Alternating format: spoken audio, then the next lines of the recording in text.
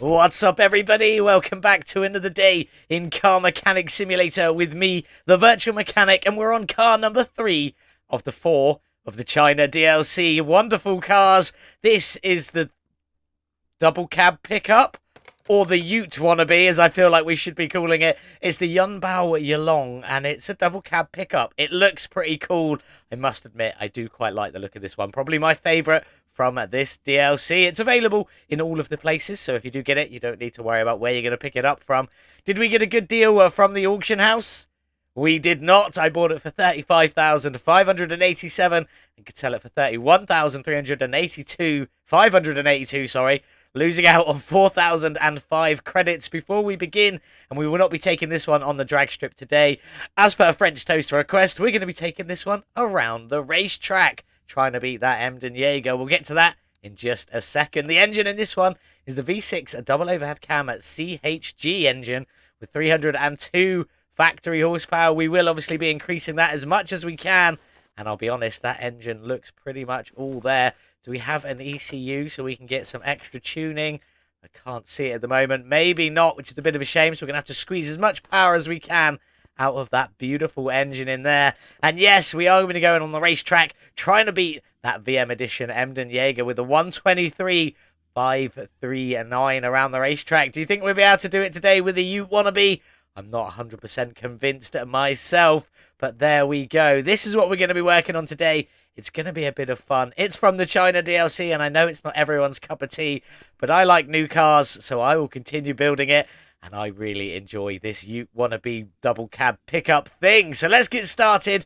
Let's get this one into the car wash. Let's get it cleaned up. In the car wash with the beige Ute wannabe, it's definitely not staying that colour, so let's get that body cleaned and see what it looks like underneath the dust and grime. Mostly just rust on there, so it doesn't look too bad, although that paintwork is very metallic, very jumpy there. Let's get over and get the interior done, get you all nice and cleaned, get this one back on the lifter, get that V6 ripped out, and start stripping everything down. The wannabe Ute's in the air. Let's check for the oil pan. There is an oil pan, so let's get all of that drained out and ready to go. Were you well looked after? No, not really. There's quite a bit of it in there, actually, so maybe, just about maybe well looked after. As we jump in underneath, making our way around, and as per normal, let's get started with the starter. There we go. Out you come. Nice and easy. It was there as well. Then we got the big old main drive shaft. Out you come, and no rusty bolts so far. There we go. First rusty bolt on the back of the drive shaft. Nice and easy. Let's get the gearbox out. No rusty bolts on you either. I'm liking this. And then the front exhaust section, just to make sure we can lift that big old bulky engine out of there. So let's get you down on the ground and go and grab the engine crane and get that engine ripped out. Ready to start tearing the engine bay down and all of the suspension as well. Out you come. Nice and easy. You put away, and let's see what we got going on in this engine bay without that big bulky engine in the way to distract us. Now, first things first, I do believe we don't have anything missing. We've got some lovely floaty screws over there. I don't know what they're from, but there we go. That's bizarre. I've never seen that before. Onwards, let's crack on. Probably, I'm going to say to do with the TK Aftermarket mod, but it could be quality of life. I'm not 100%. There we go. No, it doesn't look like we have ECU to tune in this one today, but we do have a battery, an old school radiator, and a fuse box in here. Nice and simple. We've got the wishy-washy reservoir, the brake servo, and then down the back we've got the fuel pump and the fuel tank. We'll grab that fuel pump out there, and then we need to get back up here and start draining some liquids. We know the drill. Right-click, additional tools, drain tool. Click on hold on whichever container you want to drain from. We're going to go from the radiator to start with, and it will drain all the liquid out. We're going to get the rest of this all drained. When we come back, the suspension and all the underside will all be cleared out, ready to go back in as shiny and new, and we'll be working on the bodywork, ready to go into the paint shop. Just before we go in and start stripping the body off, there's something wrong with this engine, whether it's to do with the TK Aftermarket, quality of life, or just the China DLC in general. The bolts have stayed on here from one side of the exhaust manifold, and the reason is, if you click on this side to take off the exhaust manifold, it makes you unscrew the bolts from the other side, and then if you click on this side, it doesn't make you unscrew any bolts because they're not there anymore. So it's going to leave them there, and also still in our beautiful engine bay. If we go over here, you can see them all floating in there, which is a bit of a shame. I'm not sure what's causing it because I don't see any TK Aftermarket parts for this engine. So there we go. But let's just crack on. Hopefully when we get it all built and back in, it'll all disappear and it'll look fine again. So let's just crack on and stripping this beautiful bodywork down. Out you come. I know the headlights are a thing. Is the grille a thing? No, it's not. That's fine. Fenders out, fenders out. Out with the windshield. Off with the door, the rear door. What else we got? Rear window. Is the roll cage part? No, that's just part of the frame. Trunk. Rear bumper. Out you come as well. One, the tail light on there. Anything else? Anything else? Doesn't look like it. Door, door. And that should be it. Not sure about this interior. We shall see. I will probably end up sticking all of this back in. Definitely with the colour change, though, because I don't think there's any other brown in there, so it's got nothing to colour match into. Doesn't look like it, but there we go. That should be everything out of there. Have we got everything entirely? I don't want that screen. 1% on there. Interior's at 20%. That makes sense because there is 5 items in there.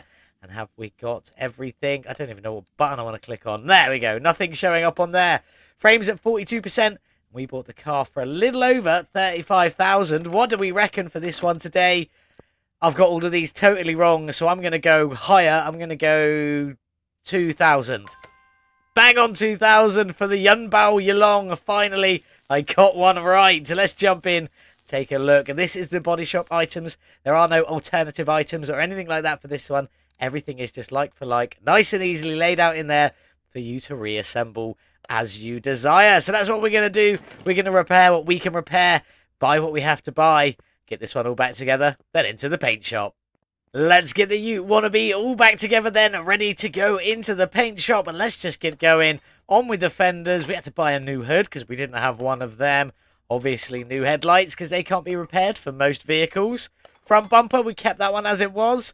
Brand new windshield. We did manage to repair that door, but not the back door here. That needed replacing. There we go. In with the windows. All new windows. All new mirrors as well. In with you. Trunk we managed to replace. Repair, sorry. Tail lights are brand new. On we go, on we go. And that rear bumper is repaired as well. Then we got the doors on this side. Managed to get all of these. Nice and easy. Some shiny new windows ready to go in there, along with that new mirror. And that's everything apart from the plates. So we'll get them on. We went for my VM plates, although they're still not working with Ute wannabe. Obviously, we had to abbreviate it a little bit, but there we go.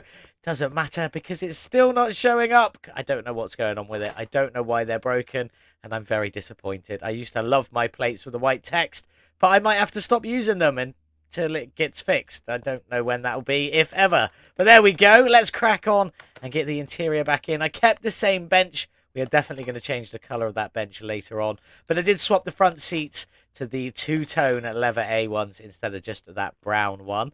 And then the steering wheel, we kept with the bolt cape steering wheel because it does look quite good in there. Again, we'll probably try and add some colour to that later because there isn't really much chrome, just the door handles on this one. That seems to be all the chrome. So we'll try and delete all the other chrome, which is just on the door handles. We're going to bother with that. The rest of it would just be in the engine, which we're not going to do. But have we got everything? Is it all back together? 100%, 100%, 100%. It is. Let's get this beast into the paint shop and pick some lovely colours, as well as checking out all of the liveries. I already sort of know what I'm going for on the wannabe Ute today. So we've already got it in the matte red. That's the colour we are sticking with. But let's check out all the liveries and see what it looks like with them. First slot is this beautiful racing livery with the black back and then the 56 numbers on the side and on the hood there. Looking quite good. Slot number 2 is another camo one. Not what we're going with today, although I do quite like it. It's quite nice in matte as well, but not what we're doing. Then slot number 3 is this safari style livery. I've got no idea what this is meant to be, but I kind of like it, but not definitely not what we're sticking with today. I want to see some people build with this though, because it's a bit random. It's a bit wild. It reminds me of the local zoo. But anyway, slot number 4 is the livery we are going with today, which is the white lower half. And then obviously we've got that matte red on the top half there. Looking very nice. Lots of black bits dotted around. So we'll be using black as an extra colour on there. But I really do like this one. If we go into here as well, I've got the screws painted in a matching red. Hopefully that will all work out nicely. So let's get it painted and see how this turns out. On you go with that lovely paint colour. Now we do have some floating screws in the engine bay, so this will give us a clue as to what the screws are going to look like. There we go. Nice bit of shine to them. Not quite the same red. They've got a bit of a deeper deeper feel to them, but looking good nonetheless. We're going to try and not put too much red on the engine bay because all of the screws are going to be red. Everything else in there I think is going to be a black and a white. I think that'll be quite a nice engine in there in black and white. Probably the same for the underside, but with a few splashes of red on the underside as well. So there we go. That's what we're going for today. We've seen all of the liveries. They all look pretty cool in their own right, but I like this one the best. So now I'm going to get some stuff painted. We're going to do something with these seats, maybe make that white a bit whiter if we can, and probably change these to a similar black that's on the rest of that seat there, and we'll go from there. So there we go. I'm going to get everything painted, get this beast back on the lifter, and start reassembly. That's everything painted on the wannabe ute. Looking good. I like the red and white. Probably looks like ice cream to French toast, but there we go. We've added some colour on the inside, so let's quickly jump in there. We've changed these seats on the front to a black and white. Obviously looking good. And obviously this rear bench is also black with a tiny splash of white on it as well there. Not very much. And if we nip into the front, we've just completely blacked out the steering wheel. Got rid of all the chrome from the centre, although we do have still got the chrome stalks on there, but not the look we were going for. So there we go. That's everything changed on it. So let's get you up in the air and ready to start going back in. Starting with our beautiful shocks. On we go. We got white shocks and red springs on there today. I meant to press crouch, not move sideways. Looking very nice. Take that off. We are going to jump in and put some bits in because we do have the TK Aftermarket rear end to go in. So on you go with the main drive axle just in a lovely black on there. Then we've got the pinion bearing. It's not black, by the way. This is a dark grey. We haven't got any black in this, or very little black in this, should I say. Then we got them two outside pieces with the diff flange on there in a white with a lovely red bolt. Looking fantastic. Then we've actually got the rear diff and the two caps to go on there with some more beautiful red bolts like in them. In we go, in we go. And the diff cover is in a white, obviously really then accentuated by the lovely red bolts on there. Looking quite good. We will come back to the rear end in a moment. We need to get up the front. There we go. We're just going to start by getting in at the cross member, which is in the grey, the steering rack, and that wonderful sway bar in there as well. In the white on both of them. This is obviously a forced white. This isn't, so we can keep the black or the grey bits on the end there. But now we're going to jump to a few clips of this all going in. Let me know what you think, and we'll talk about it in just a moment.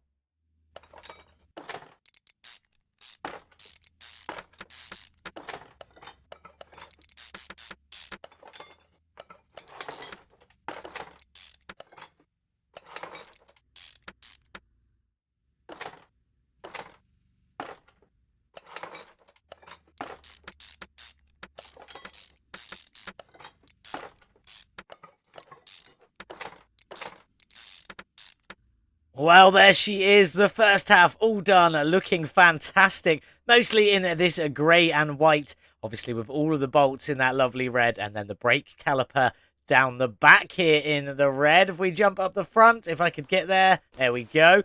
Very similar, mostly in that grey and white, just the springs and the brake caliper in the red at the front there, and I think it looks pretty good. We even did alternate bushings on the grey front suspension cross member there, just to make it fit in just that little bit more. I'm liking that. I think it looks fantastic. But let's crack on. Let's jump up. We'll get the fuel tank in the grey and the fuel pump in the white as well. Then I'm going to crack on, get the rest of the suspension all done. We'll come back to the engine bay and that beautiful V6 in just a moment. That's the suspension all complete. We've also got the fuse box in as well in a cheeky little white in the engine bay. Still with our red floating bolts, but never mind. Let's crack on and get this quite small engine bay all sorted out. We're going to start with a big old radiator C in that grey black at the front there. We've got the wishy-washy reservoir and the brake servo sitting on the firewall. And then the last piece at the front is the battery tray. Then we've got our performance battery on top of that with our bracket also in white. And then the bracket rods in a chrome grey on there, looking pretty nice. We just come away. That's looking pretty good.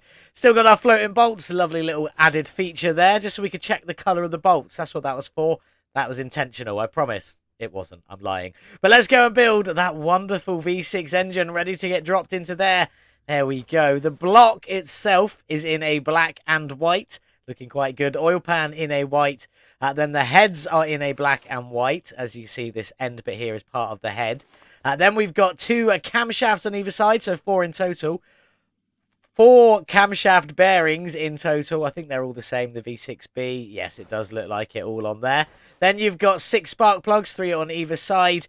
And that's pretty much all you need for there. So let's crack on and get the front all sorted out. Quite a bit going on here. We've got 4 cam gears. In you go, in you go, in you go. If I can get them all, in you go. Then we've got the water pump just in there, looking quite nice. Let's center ourselves up a little bit. Crankshaft pulley is in that grey. Looks a bit dull on there, but it will look better in a minute, I promise. Then we need all the non-coloured idle rollers, because these are sitting under some timing covers, so we'll never see them anyway. In you go and in you go. Then we got the 17 belt, not coloured, because it's going to be hidden along with the belt tensioner, also not coloured in there. Then we can get all of these covers on. These are all in a very bright white, looking absolutely fantastic. In you go, in you go. And the bottom one down here. That's why that crankshaft pulley looks good in the grey, because it's fully surrounded by white on there, looking nice.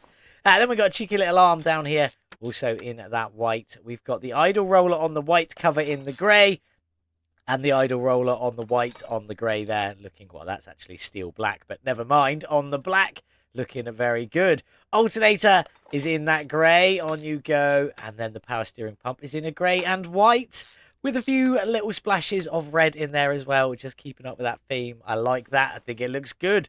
Serpentine belt is in a grey. And then we've got the one last grey idle roller B in there. Just finishing off the front there. Looking quite nice. Let's nip around. We've got the oil filter down here in a natural white. Not painted anything, just left it as it was. We've also got the fuel filter up here in a white. That is a forced white. And then the thermostat is in that grey and white. Looking quite nice on there. Splashing the colours around. I couldn't hit that last bolt, but we'll pretend that didn't happen. Then we're going to go for some alternation on the head covers. Their big, chunkier head covers are all in the white, or the head cover A. In you go. Both sides are in the white on there. We get the other one on in a minute. Then the head cover Bs are in the grey. Just making it alternating, basically. I think it just looks a little cooler. And then if we get our ignition coils in there as well, they're in that matte red. Same colour as the camshaft bearing caps in there. Looking very, very nice. Let's get around and get the other side all done.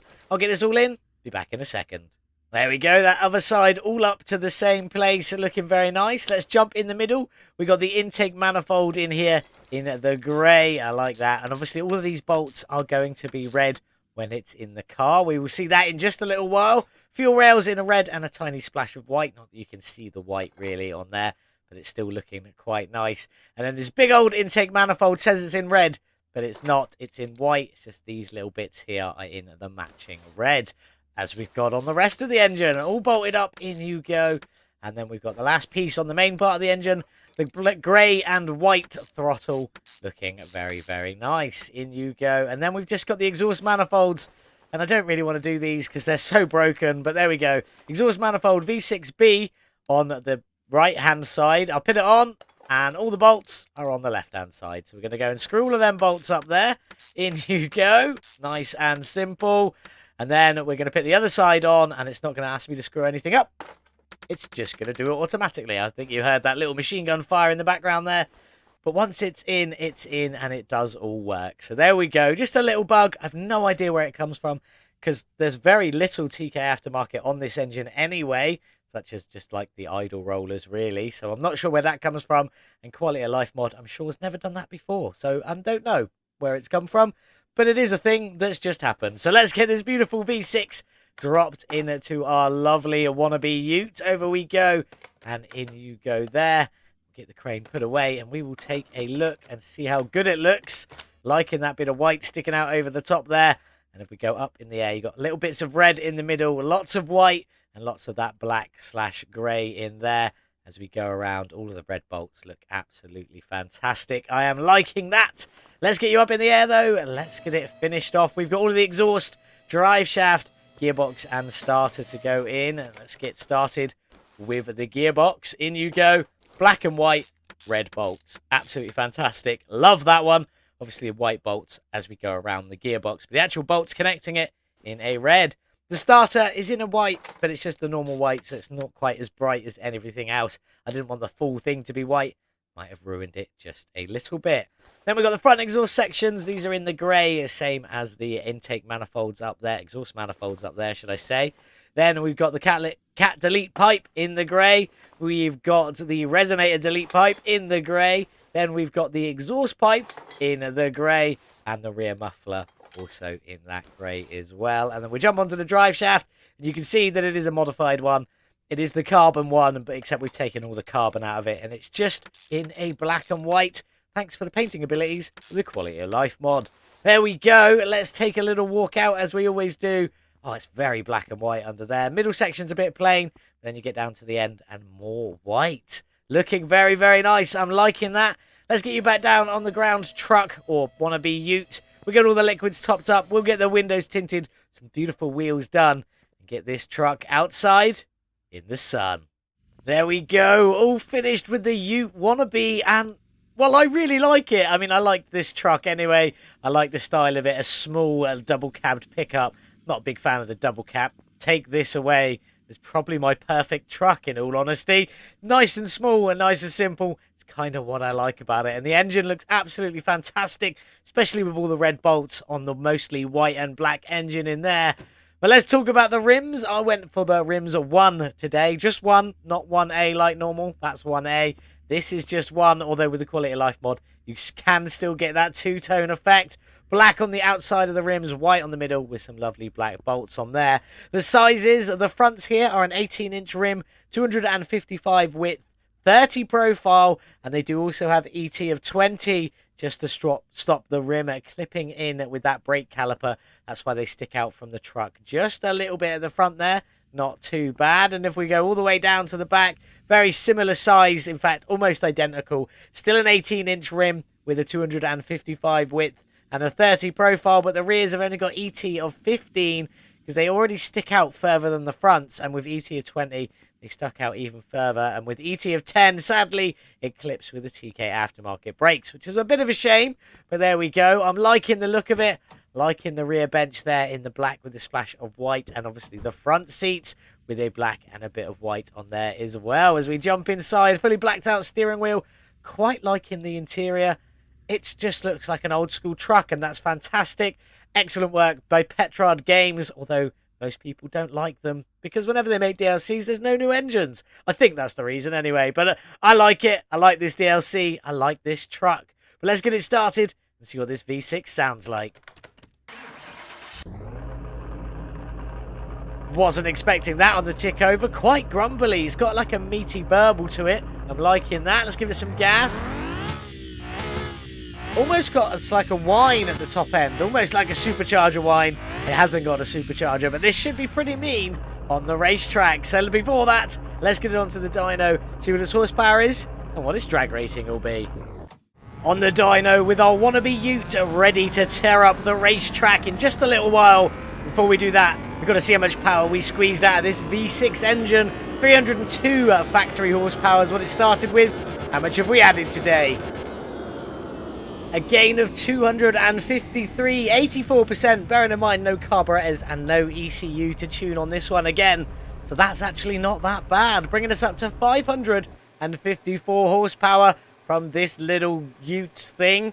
There we go, with a drag rating in the B of 340. So not too shabby. I mean, it's still not a good rating. Anything less than A is not a good rating in my opinion. But there we go, still pretty high up. But we'll be taking this one around the racetrack today. Thanks to French Toast for suggesting that one. We'll give it a go and see how it can do. But before we do that, let's have a look at the gearbox tuning setup I've gone for. 3.66 ratio, and once again ignore all of these numbers because they are not accurate. When I started, the first one was in 90k. I gave it a first run and it changed gear about 35k, so it is way off. So don't pay attention to these numbers. They're not quite accurate. I don't know if your game will be the same or whether mine's affected by the TK Aftermarket mod or the Quality of Life mod. Who knows? I mean, I could just turn them off and find out, but that's way too much effort. No ECU, no carburetor, but don't forget to check out the shorts, link in the description below, on how to easily tune the ECU and the carburetor every time without fail. Now, let's get this wannabe ute onto the racetrack. Well, here we are on the racetrack. The goal today is to beat the VM Edition Emden Jaeger, which is currently sitting at the top of the racetrack lap time board with a flying lap of 1:23.539. Will we be able to beat it today in our wannabe ute? I'm not so sure myself. There is only one way to find out, though. Let's go. Let's get this beautiful ute going off the line. Now, we will do a standing lap, as we've started now, and a flying lap. You won't see the full standing lap, just if I make mistakes or something awesome might happen. You never know. But let's get it around, and then you will see the full flying lap, no matter what happens. So let's get on with it, and let's carry on. Coming now through, straight through all of there, or flat through all of there. Didn't need to brake for that third and fourth corner. Slamming on the brakes, down into third, and then let the car's power pull us around. A little bit of feather in the throttle there, as we do all right on that corner. Oh, a little bit wide on the exit there, but not too bad. We didn't end up in the sand, so it's all right. And then around the final corner, back down into second, apparently. I wasn't aiming for that. I was only aiming for third. And across the line, not in a very good time, if I'm being honest. 1:41.859. Definitely we're hoping for something a little bit better there, but there we go. Probably not going to beat that Emden Jaeger, especially not with driving like this. Not doing great there, but keeping it flat all the way through that section. Nice and easy as we come into the first big left-hand turn. Slightly banked on the entrance. We use that to our advantage. Slamming on the brakes, drop it into third, and cut as far into the corner as we can. I did have to brake a little bit extra there just to make sure. We are in fourth. I'm going to drop it down to third for this corner, and it will tick up back up to fourth on the way round. Keeping it flat through here. Can we keep that going? Nice and easy. That's what we like. As we head into the bigger right-hander, we are going to need to brake and drop it down probably into third. Nice and easy. Back up to fourth. I don't want that. Thank you. Down into third and around the corner. Pretty tasty. I like that. This car handles very, very well. I am tempted to stick a bigger engine in this and give this another go. Another port time. Maybe. We shall see. Down into third for the start of this corner, but it instantly jumped us up into fourth off the acceleration to try and not go wide like we did in the first lap. As we come into the S section, going to keep it flat for the first corner, and then slamming on the brakes, dropping it into third, and letting the car pull us around. Bit of feathered throttle there, off of the throttle, and then back on to finish the corner. And we're going to drop down into third for the final corner, and on the final straight, what can we get to? I'm hoping we do better than 1:41. We did indeed. Not too shabby there at all, as we slam this car into the wall. 1:40.015 for the flying lap. Definitely not beating that Emden Jaeger with a 1:23.539. Will it even sit in the top 5? Probably not, but we will go back and find out in just a minute. But I am tempted to give this another go with a slightly better engine. I think this little wannabe ute is absolutely stunning, and I love that engine. Even if it wasn't the best around the racetrack, but I think a slightly better tune, we may get a better job at next time. We managed the standing lap in a 1:41.859 seconds. The flying lap in a 1:40.015. Pitting it 11th on the race time lap board, whichever you want to call it. 11 out of 13. Not the best, but there we go. Let's talk some facts and figures. I bought the car for $35,587 and could have sold it and lost out on $4,005, but we didn't do that. We spent a further $57,787 tuning, upgrading, painting, and modifying this little truck to make it into this fantastic little beast you see right here, putting our total spend at $93,374. Is there some additional money to be made? Some tasty little profit from this wannabe ute? There is only one way to find out. Let's get in. Let's take a look. Well, there it is, all 100% finished. I love this truck. It is fantastic. I know most of you don't like this DLC or don't want to get this DLC, but this truck is spectacular and everything drives really well, which I'm very surprised at as well. Not something I'm used to in recent times, but there we go. That engine was fully tuned up from 302 horsepower to 554, a gain of 84% without an ECU or any carburetors to give us some additional tuning as well. So that is actually pretty good, but it cost us $93,374 in total. Can we make some profit?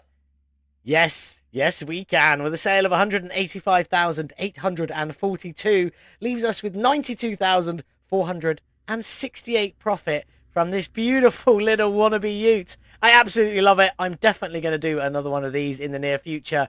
maybe swap that engine to something a bit more powerful, maybe like a V8, something from the TK Aftermarket. Any suggestions? Let me know in the comments below. But it is time to say goodbye. Off you go. We'll take our lovely profit from that new one there. But we aren't back on the DLC. We got our competition entry to come up. But before we're back to the very last one of the DLCs, up on the trailer right now is my 300 SL. Obviously, it's lit 300 SL, but I've made some customization to this one.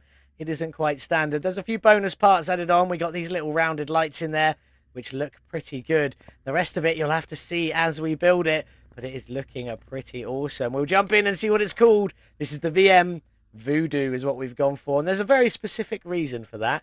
We got ours from the auction house, and it's not bad, but it's definitely pretty good condition. I'm happy with that. Did we get a good deal? No, but I'll take it. Not that much. 41,236 is what we paid, and we could sell it for 40,222, losing out on 1,014 credits. But I'm sure we'll be able to claw that one back by the end of this build. It is a fantastic one. This isn't going to be a race one. This is going to be, you guys give it a score out of 10, and it makes it onto the board based on whatever scores you give it, or an average of there and thereabouts. The engine in this one is the V8 double overhead cam Voodoo by Dead Bob, aka Pain. That's the engine we're going for in this one today.